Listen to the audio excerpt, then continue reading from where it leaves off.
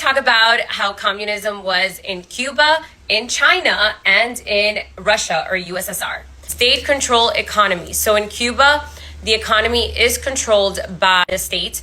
Nowadays, you are allowed to have businesses, but the taxes are so high and you have to pay a percentage back to the state. And at the end of the day, it's not really your business. It's always going to be a state-owned business. Communist China is still the same, is controlled by the state, and any private entity that comes into the country and wants to establish as a business, the state has to have a 51% ownership, even though the state has not put any money into it, but they still control the outcome and the input on it.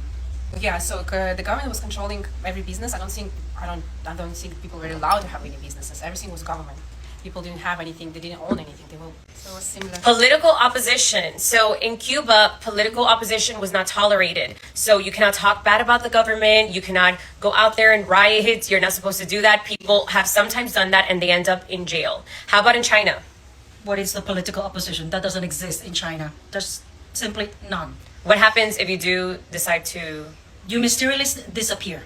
Same here. How about in USSR? Same here, you cannot, they take your phone, they can, spying on you. You cannot say anything. In Cuba, they used to open up the mail as well. Yeah, so whenever you would receive mail from the US, they would open it up and then seal it back. Did you guys see that? The same. Okay. The same.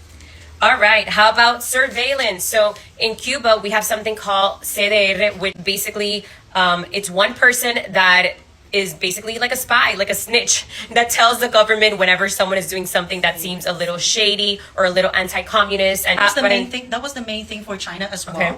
But now with technology, they have the face recognition surveillance camera all over the street in China, mainly in the mainland China.